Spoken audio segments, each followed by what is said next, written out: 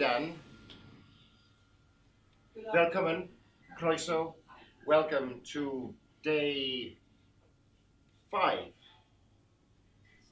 Day 6. Day 6 of the International Tranås at the Fringe Arts Festival. We're gathered here again at MOAs, and it will be your opportunity this afternoon to hear from another practitioner in the world of the language arts. This afternoon, Peter Murphy from Ireland is going to tell you a little bit about what gives him a particular passion for words.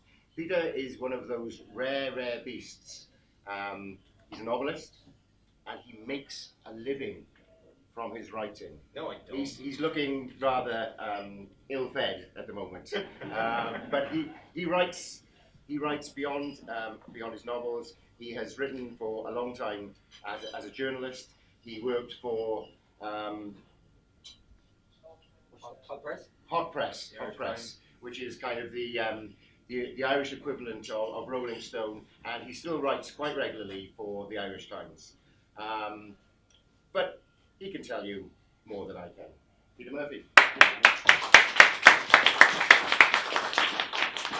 When I got here at last, after 5 years of blackmail, threats, ransom letters and everything, and it's a real pleasure to be here. Thanks for having me. Sorry my Swedish is so remedial. My name is Peter Murphy. I perform spoken word under the name Cursed Murphy. Why? Because there's this goth rocker from the 80s, used to sing in a band called Bauhaus, called Peter Murphy. So every time you Google my name, he comes up. And, you know, I'm not particularly fond of his music. But I did interview Nick Cave about 15 years ago, and he said, the first thing he said to me was, "So what's it like growing up with a name like that?" And I said it could have been worse. My best friend's name is Brian Adams.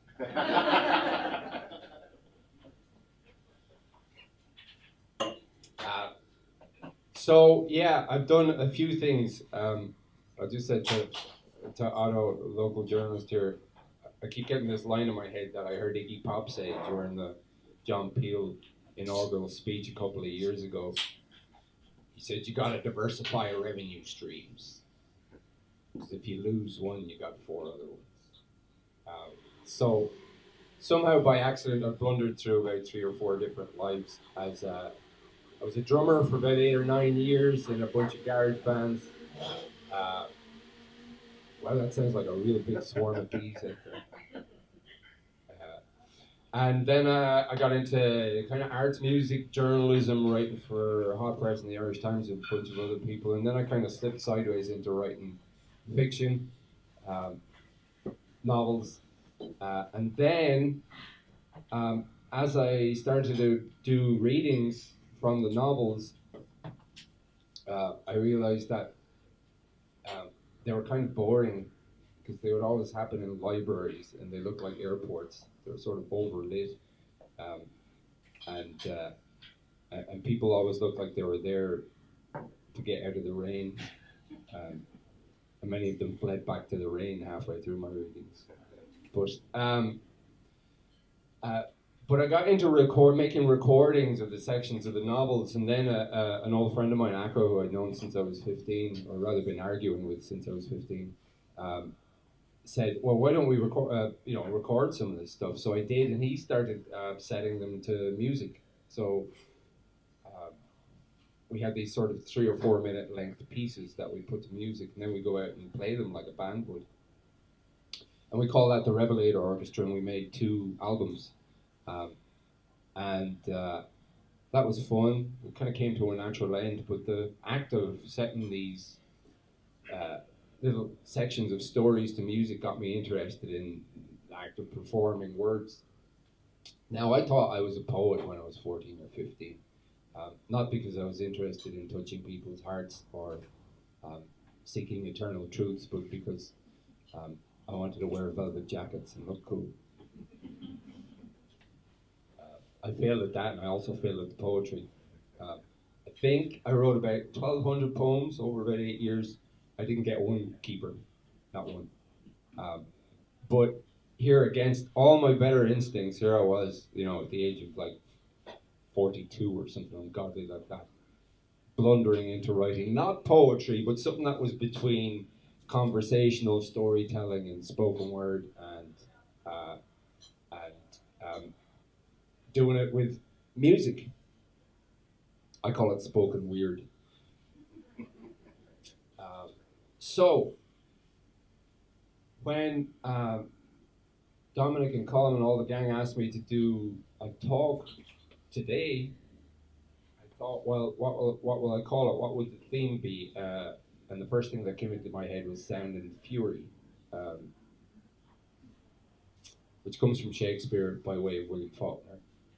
But I wanted to talk, you know, not just about my own stuff, but about the kind of stuff that inspired me and got me interested in writing and performing in the first place. And it always seemed to have the same thread, which is it would have some relationship to sound, whether it was the poets. I had an amazing English teacher called Mary Wheelock, and she taught me how to say Shakespeare.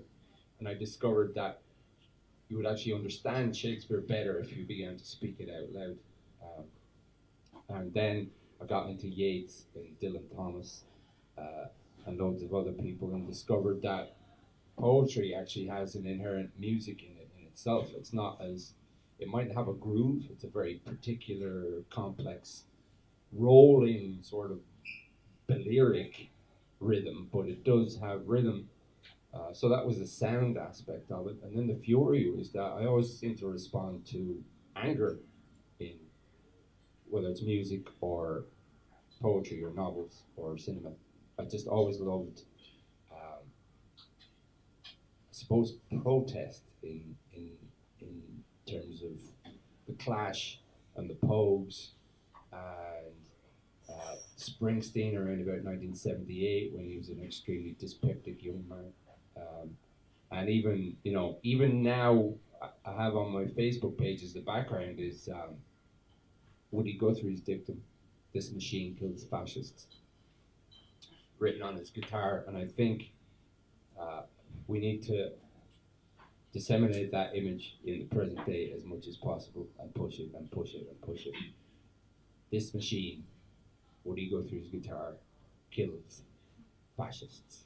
Peter, it's true that Bob Dylan, who was very inspired by Woody Guthrie, that he took his name, Bob Dylan from Dylan Thomas, the poet. He never outright admitted it.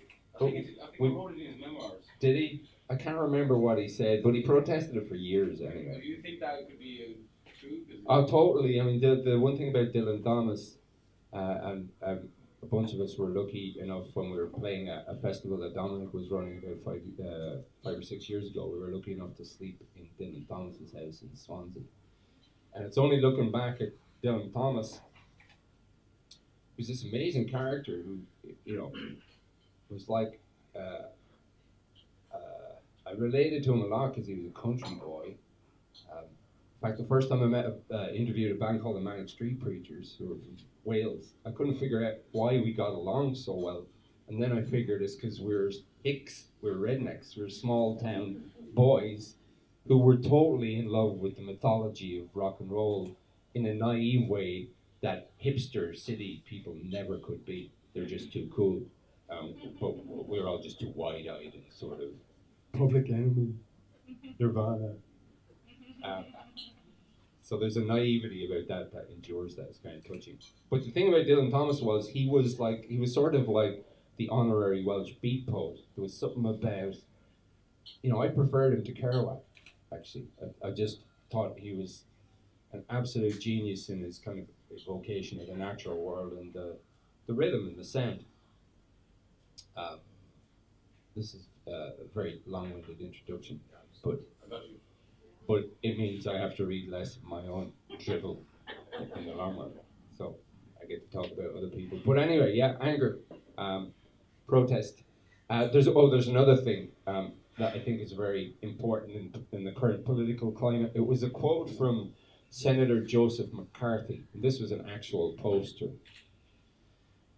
that was disseminated by the FBI in the 1950s, think, or maybe it was the CIA, but it said artists are dangerous because they travel through all social strata. Which would often give me a chuckle, when I'd be back home, at the opening of some envelope, and the mayor would be standing there in his chains, and I'd be there as like the resident monkey who they called in to sort of be present at the launch of some book or something. And the next day I'd be down at the Dole office trying to explain what I did for a living. So there was that sort of, navigation of all social strata. But I think it was about 25, and an Irish poet called Brendan Kennelly gave me a book of poems by a Belfast poet called Louis MacNeice, who used to hang around at Houghton and all the London Bloomsbury set. And in that book was a poem called Prayer Before Birth, and it seemed to have everything that I loved about literature. It had a sort of righteous anger, and it had a power, and it had a musicality. So, with your indulgence, I'll begin with that. Then maybe it'd be like 2 o'clock or 3 o'clock, and we can all go home. Nah, you're gonna have to pull me out of here like a rotten tooth. I am not yet born, oh hear me. Let not the blood-sucking bat, or the rat, or the stoat, or the club-footed ghoul come near me. I am not yet born, console me. I fear that the human race may with tall walls wall me, with strong drugs dope me, with wise lies lure me, on black racks rack me, and bloodbaths roll me.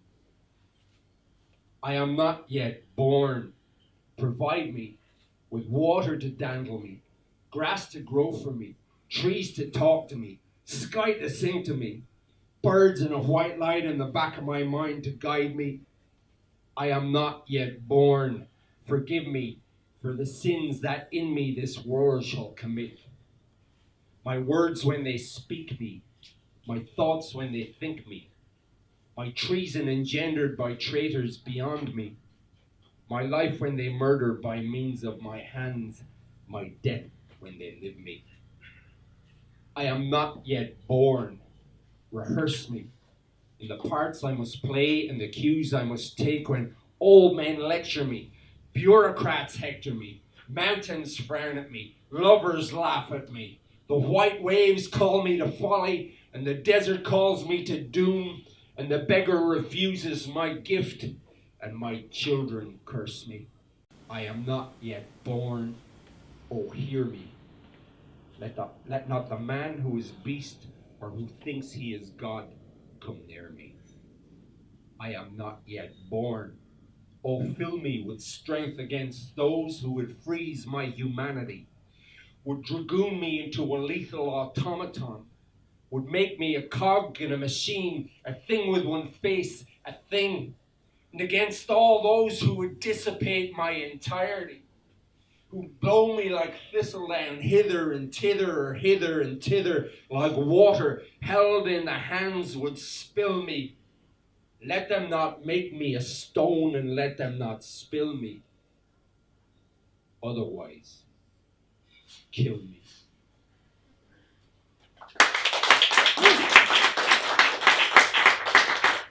Louis MacNeice, 1946. He wrote that, I think, if Eliot wrote The Wasteland in response to the First World War, and its fragmented nature and the sort of horror encoded in it was some sort of reaction towards the sight of young boys coming home in cubist bits and pieces. MacNeice's poem was a sort of very natural reaction to sort of existential horror at what had gone on in the world, which is only, 70, 80 years ago? Anyway, that's about the stupidest thing I've ever done, because now I have to follow up my own stuff.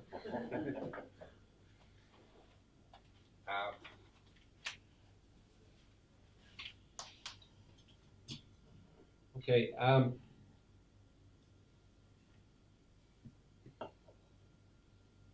had this idea. I developed this idea. Not my idea, not an original idea, but it bothered me for years that so many of the pieces of work that became important to me or became kind of totemic to me over the years all seem to involve a man or a woman or a human being in an actual or a metaphorical hole in the ground shouting at their God that may or may not have existed to get them out of this. And there was never an answer, but it seemed that the act of the shouting was in itself a prayer or an affirmation of the person's own existence. And in that act of shouting, that act of protest, that refusal to go under is a sort of fuel to be able to go on, whether the God who exists or doesn't exist responds or not. And I think you can hear it it's there in David's Psalms. It's there quite literally in the Revelation of John the Divine, which gave me the title for the first novel that I wrote, which is called John the Revelator. How that came about was I bought an anthology called the Harry Smith Anthology, which is the anthology of American folk music, which is about 6 discs that were released, I think, in 1956 originally. And all these recordings kind of contain the DNA for all modern American music, from, you know, ragtime to blues to folk to psychedelia to garage rock to hip hop to free jazz, whatever you want. It's all kind of in there somewhere in that amazing collection of music. So I saved up and bought this thing on a holiday one year, and I took it back and I sat on the porch as the crickets made their noises and had a beer in the sweltering heat, not unlike today, and I looked down the back of the song titles, which were a kind of poetry in themselves, but somewhere halfway down disc 5 I saw this title, John the Revelator, and I went, oh, hold up, what the hell is that? So I looked at it, and it was Blind Willie Johnson. So I just couldn't even think, like, what did that mean, John the Revelator? Is that the one who has a vision, or is that the one who reveals the vision, or the one who has a vision revealed onto them? So I went, first thing I did was Google it. I went, novels, John the Revelator. Nothing came up.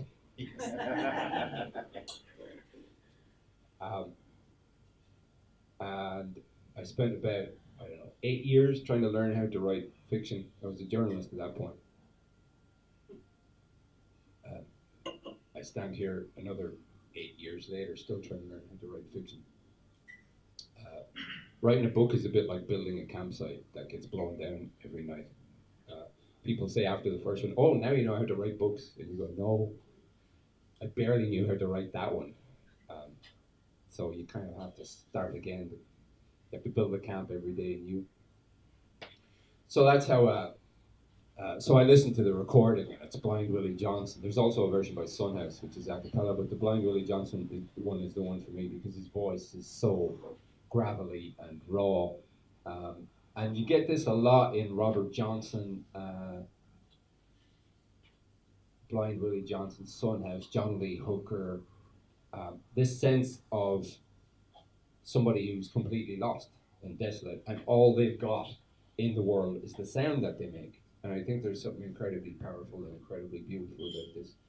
So then, you go through poetry and you read, Dylan Thomas's Do Not Go Gentle, or you read Rimbaud's Season in Hell, or you read Knut Hamsun's Hunger, or just again and again and again, this comes back of the human soul trying to sustain itself by the noise it makes or the words that it produces. So I tried to write about that in prose form for a long time. but I could never, I'm not an academic writer, so I'm not really good at essays. So then this thing fell out.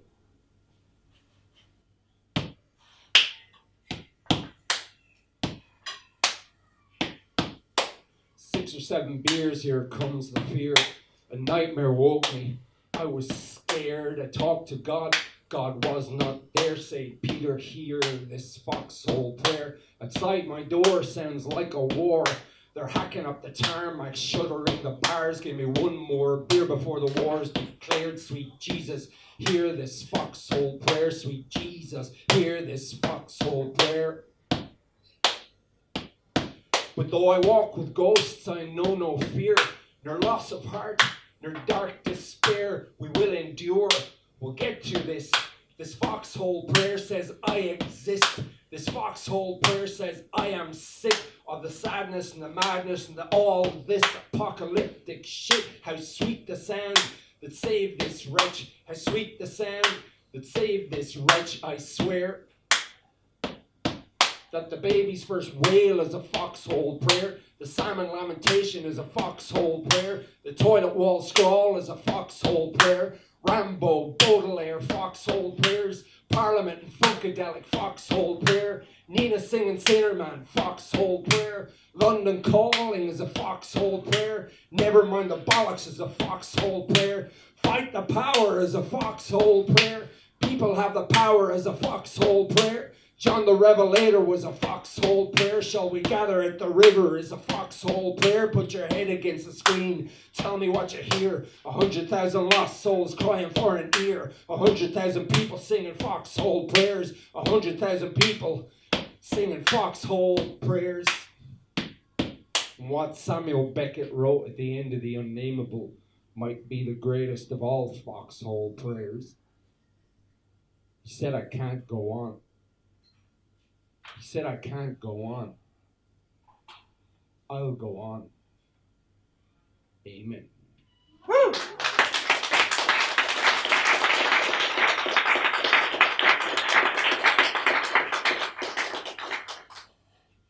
Thank you very much.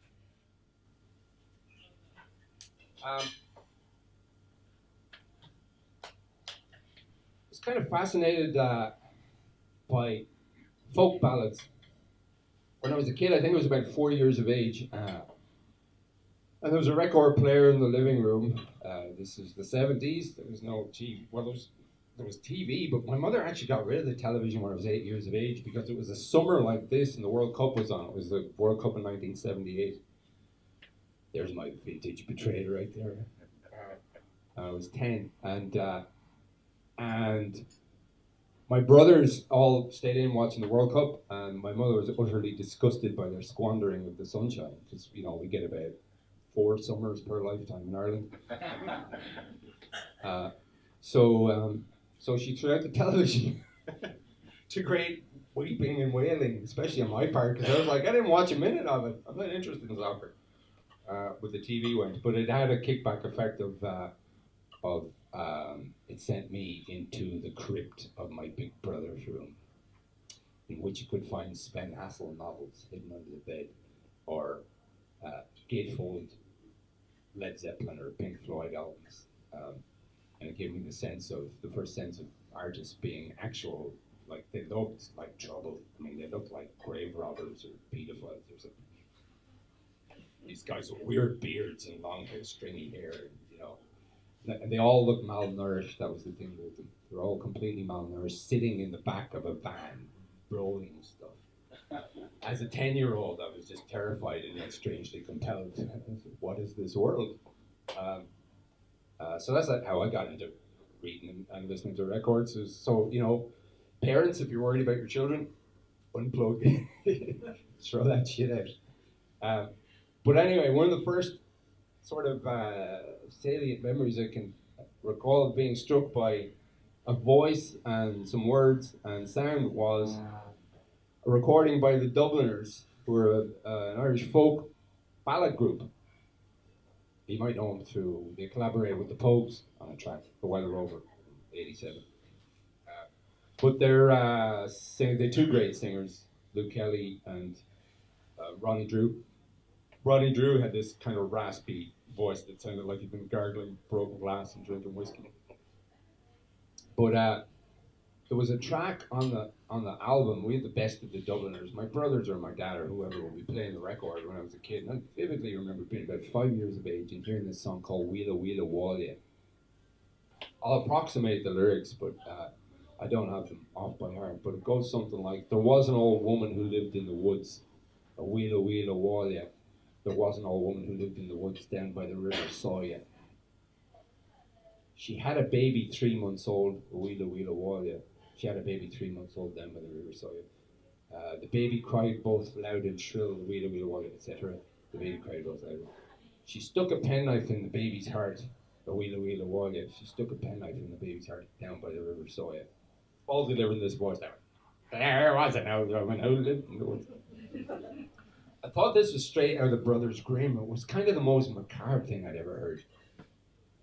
But there was a strange dissonance. It was like, okay, there was an old woman who lived in the woods. Straight away, you're into creepy territory. Okay? She lives in the woods.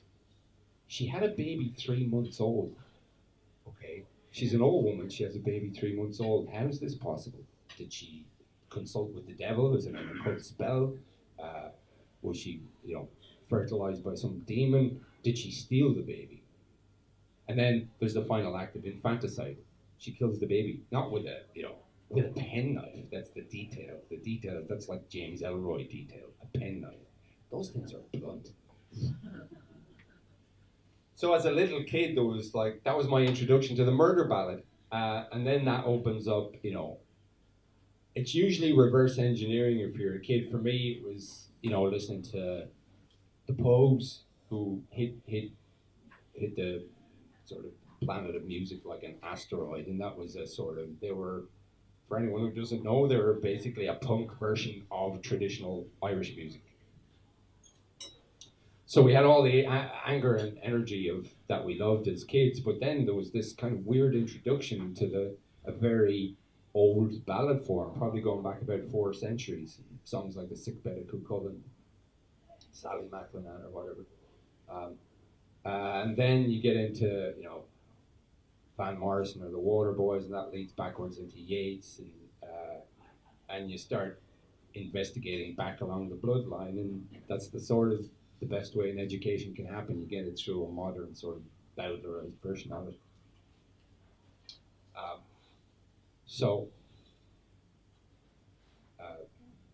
This next piece came out, I don't know, over the last couple of years, and it just came out of a Bowron rhythm, which is an Irish hand drum. It's basically a 6/8 time.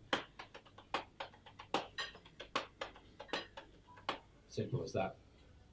But I was listening to too much Leonard Cohen and William Blake, reading too much William Blake. So it's just a bit of dogger. When I first set out in 2012 and bid my home farewell, a full-grown man, sure of himself, but soon enough I fell to poker and John Jemison and laudanum as well, and I blew all my inheritance on a beautiful illusion of hell. Then I heard it from the distance, the summoning of a bell, calling me to witness, calling me to tell of everything that came to pass from Parnell Street to Calvary Hill, where Jesus and Barabbas glimpsed their beautiful illusion of hell. So I testified as best I could with every living cell. I spoke of fire, spoke of blood, spoke blasphemy as well. I quoted every source of worth, profane or biblical, and I preached in every place on earth my beautiful illusion of hell. I spoke with priests and Pharisees, consulted with the oracle. I listened for the rising seas, my ear against the shell. All things had one thing to impart, one story they could tell. The human mind, the human heart is a beautiful illusion of hell. So now I've reached the end of it. I am escaped to tell of the devils I've consorted with, the angel and the infidel, the scholar and the halfwit, the solicitor in her citadel. When all is done, all men are one in a beautiful illusion of hell. Because the bells of hell they ring, for you but not for me. O death, where is thy sting, or grave thy victory? From the Royal Canal to Skinner's Hill, from Columkills to Portobello, from last to first, all men are cursed to toll the bells of hell.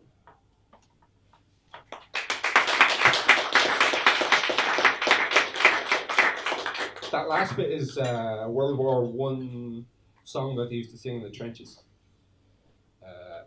That I think Brendan Behan used it in The Queer Fellow, the play. Okay, Dylan Thomas, Bob Dylan. First time I heard this, it struck me that Bob Dylan had invented rap. He wrote it in 1965. Sectarian Hosted Blues. Nope. Same album though.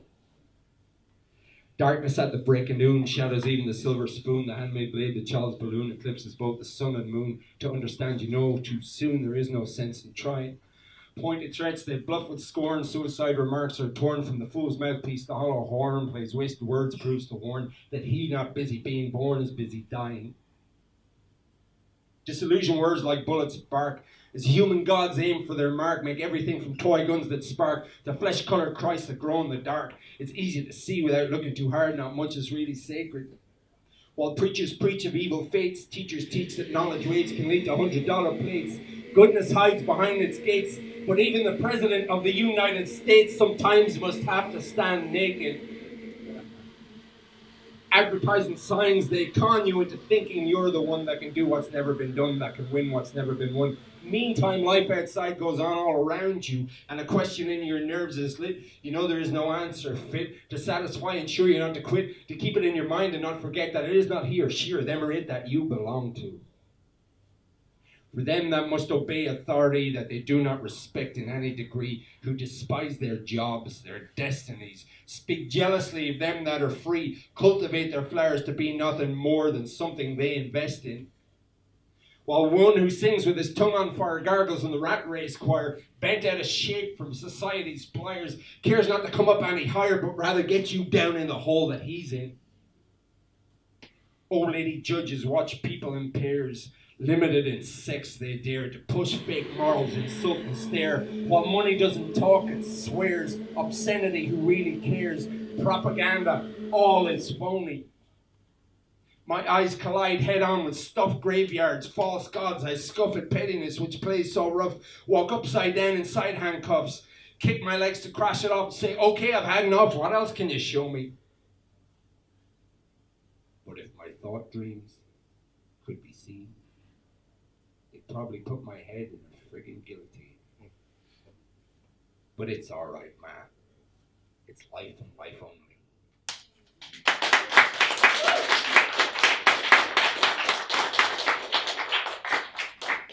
Little Bobby Dylan, huh? He was, what, 22 or something? I just want to vomit on here.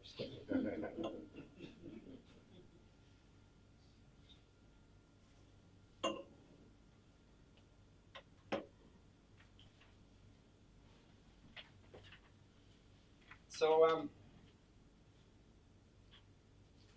I wrote a second novel in 2013. I wrote it in the years before that. It was published then. It was called Shall We Gather at the River. It was inspired is the wrong word, but I suppose triggered possibly by a real life event that happened over 2 weeks in my hometown of Enniscorthy, County Wexford. Over those 2 weeks, 9 men, all men, walked into the river, delivered themselves to the River Slaney in Enniscorthy.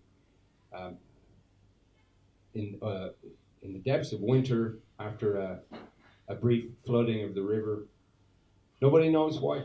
And in fact, nobody really much talks about it. This happened, and in the years that followed, I kept expecting somebody to come up with, some sociologist to come up with some theory or somebody to make sense of it or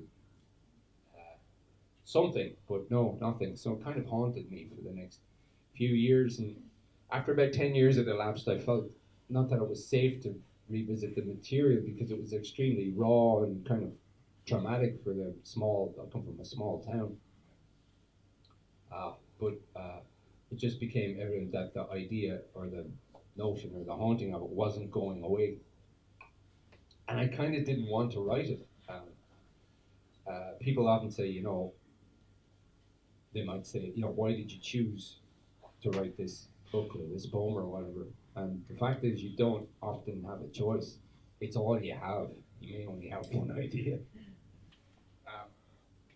But anyway, it was the book was a sort of imagining of the many different things that may have caused this to happen, whether it was from the supernatural to the psychological. But one of the characters in the book, Professor Charles Stafford, was he was sort of like the intellectual conscience of the book. He was the one. He was a psychologist, and he was trying to get to the bottom of it as well. But it turned out that he ended up being a victim of the river. But we meet him at the point where his mind has begun to come apart with grief because his daughter Alice has gone missing, and he fears that she's one of the drowners. So it's left quite ambiguous as to whether his mind is beginning to fragment through stress or grief, or whether he's in early onset Alzheimer's. But I'm reading this today because the musical adaptation of it was set around a Scandinavian fiddle riff. So I think it only right to bring it home in some fashion. It's a short enough piece, but I'll read it for you now. It's called The Lost Alice. You could see Charles Stafford walk the country roads throughout that month. When his eyes began to burn with light, you knew he must have glimpsed her in the thickets and the groves. His vanished child returned at last to ease his suffering. She flitted like a chimera across his field of vision, skirting between the moon's glittering beams, a fairy queen or a changeling or a creature made of mist, and he hurried after her image, murmuring her name. And so you'd see him in the townlands, a fisherman's slicker around his bony shoulders, white hair sticking out from beneath a woolen cap. And folk would remark how anguish-looking he'd become. For faith, you should have known him in his prime. A proper gent with cufflinks and a paisley tie and a perfect Windsor knot. Now look at him wandering the town. His name well known among the drinkers and the betting men. The fallen prophet, the poor misfortunate. And any soul who came close enough might have heard him mutter, Alice, as though to speak her name repeatedly might invoke her form, until the word itself became detached from all memory and meaning and became another thing entirely, a mantra, an incantation. And he'd continue muttering it until the light dimmed on the fields and the jackdaw's chatter hushed and a merciful darkness descended on the land. But then one night by the river's edge he glimpsed a host of shimmering lights at play, like fireflies or river wisps or gossamer. And under the moon that was once a mother looking down upon the liberties and who still looked down on Mern, he saw her there, his stolen child suspended, frozen in a twilight realm, beckoning, beckoning. Thank you.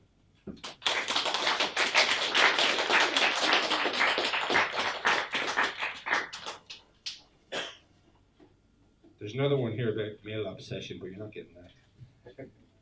Because it's like too close to dinner time.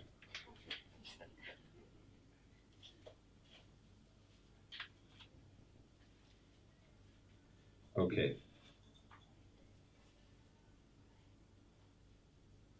I'm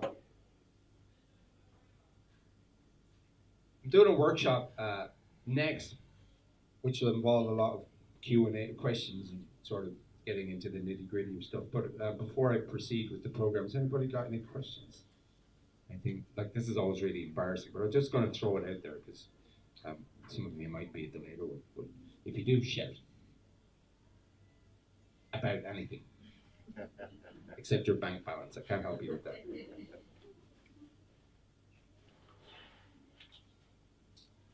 I'm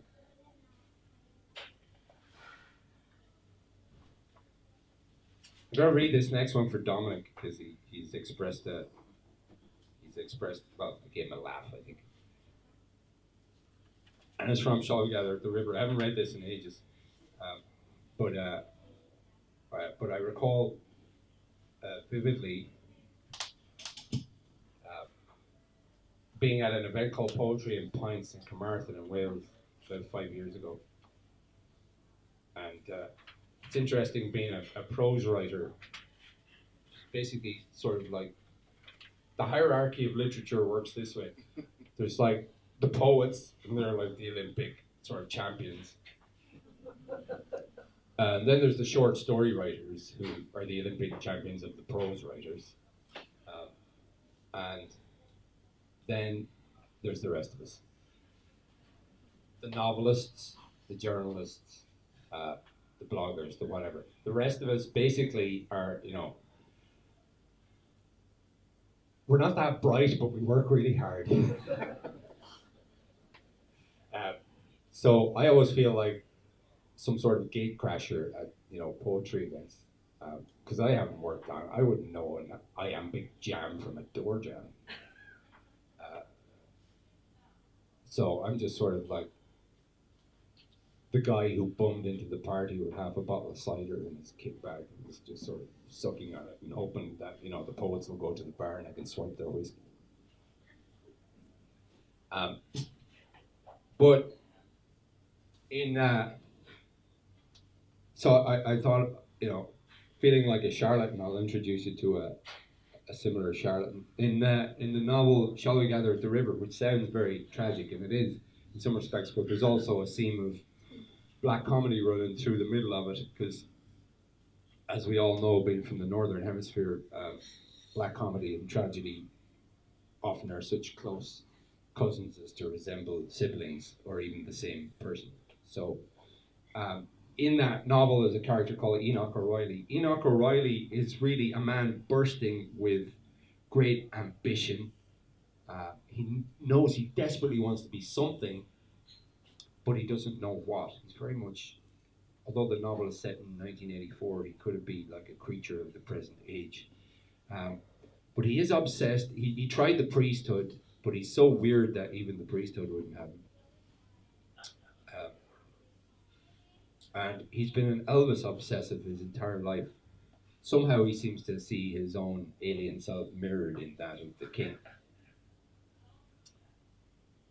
So he's also an inveterate liar. He's quite, you know, before Trump, he actually was a sort of proto-Trump. But he's been away for a while, he's been off the map, and he comes back to this small town, the town of Mern. And he's determined to make his mark on this small town. And all he can think to do is apply for a job on the local radio station. He's essentially a parasitical force. He has no real talent of his own, but he has enough instinct to be able to recognize talent, to want to be near it and kind of glom off it, which is essentially what DJs do. Sorry. So he goes for a job at the local radio station, and they say, "Nah, I don't know. Okay, maybe. I'll tell you what. Do us a favor. Will you host this local sort of fundraising jamboree kind of thing?" And he, in his skewed logic, thinks, "I will, but I'll hold a special place at the end of the show for myself," in which he decides to lip sync to Jailhouse Rock, and somehow his amazing sort of Elvis impersonation abilities will make a huge impression on the town and render him a sort of 5th grade celebrity. His process of logic is somewhat compromised, shall we say. But we join him anyway at the end of the night when he's in a full room and he's about to lip sync to Jailhouse Rock, but there are unforeseen forces at work. The ballroom is packed, every chair taken, the audience 3 deep at the back. All eyes are on the stage, and each second seems charged with more of the present moment than it can rightly hold. Enoch removes the microphone from its stand, the DJ's crew to drop the needle, and like the 4 scouts of some approaching cavalry, the first chords of Jailhouse Rock pound through the sound system. Enoch snaps into position, legs splayed, knees bent, finger pointing as though identifying some Lee Harvey Oswald in the crowd. Now behold Elvis in full throat, a fearsome sound, a righteous sound, and Enoch's miming matching him word for word. His lip curls in an evil sneer. He slices the air with karate chops, and his knee pumps and his hips shake, and taken by the spirit, he stomps his tassel shoes upon the stage. But what happens next? Only the impact of his heel upon the floorboards causes the stylus to jump with a lewd, ripping sound. And now the record's stuck. And as Elvis repeats, "Let's rock, let's rock, let's rock," like some lobotomy job, Enoch tries to incorporate the cock-up into his act, miming this idiot mantra, "Let's rock, let's rock, let's rock," even as he signals to the DJ to wake the fuck up and pull the plug. When at last he does, a queasy silence consumes the ballroom. Enoch glances at the microphone in his hand, and he thumb flicks the switch, and there's a loud pop from the PA.